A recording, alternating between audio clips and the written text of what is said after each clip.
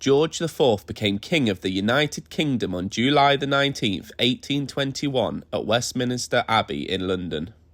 Originally, the ceremony was supposed to happen on August the 1st of the previous year, but it got delayed because of issues with George's wife, Queen Caroline.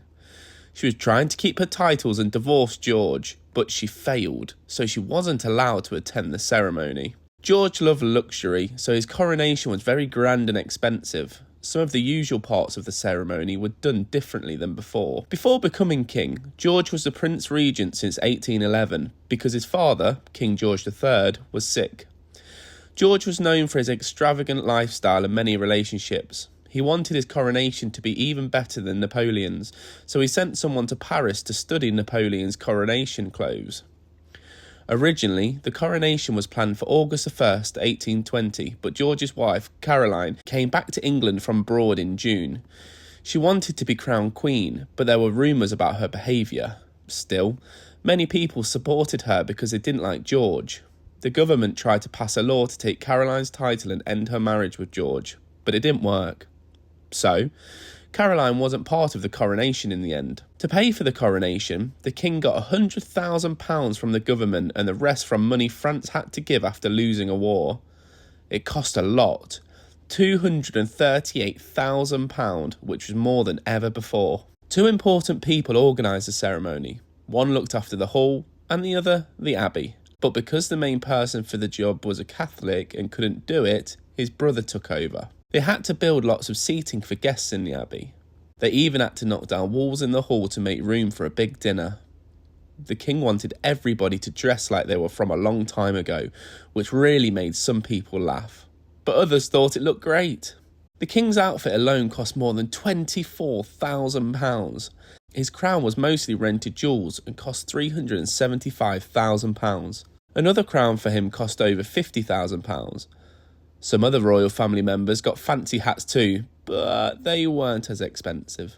On July the 16th, Queen Caroline's helper, Lord Hood, wrote to the Duke of Norfolk to say the Queen wanted to go to the coronation and asked for help getting a seat. But Lord Howard, in charge instead of the Duke, said the King didn't want the Queen there. Even though she was told no, Queen Caroline was determined to go. She arrived at Westminster Hall early in the morning, but the guards at the door didn't let her in, even when she said she was the Queen. They shut the doors on her and her friend Lord Hood. They tried other doors, but they were all blocked. They even tried going to the House of Lords, but they weren't allowed in there either. So they went back to their carriage. They finally got to the Abbey, but the person at the door said they couldn't come in without a ticket. Lord Hood had one, but they said it was only for one person. The Queen didn't want to go in alone, so they argued, but it didn't work. The crowd was so mad as she left. The Queen died 2 weeks later. The King got to Westminster in a carriage at 8:30 p.m. the night before. He stayed at the Speaker of the House of Commons house for the night. Other people involved started arriving at 1 a.m, and by 6 a.m, the streets were so crowded that many nobles had to leave their carriages and walk to the Abbey. At 10 a.m, the ceremony began in Westminster Hall. The King sat on a throne and got given special items by the clergy.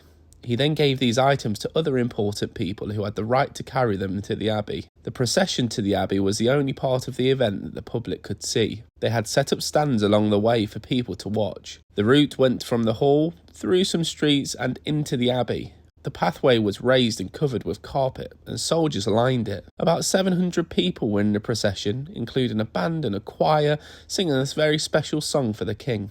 The Archbishop of Canterbury, Charles Manners Sutton, was in charge of the coronation service. He didn't change much from the last one, except he left any mention of the Queen out. Everyone involved got a card with the order of service, which was helpful when they couldn't find the official text of the oath, and the King just signed the card instead. The oath itself was changed a bit to include Ireland. During the service, it was hot, and the King, wearing his fancy outfit, was sweating a lot. He later said he wouldn't go through that again for anything.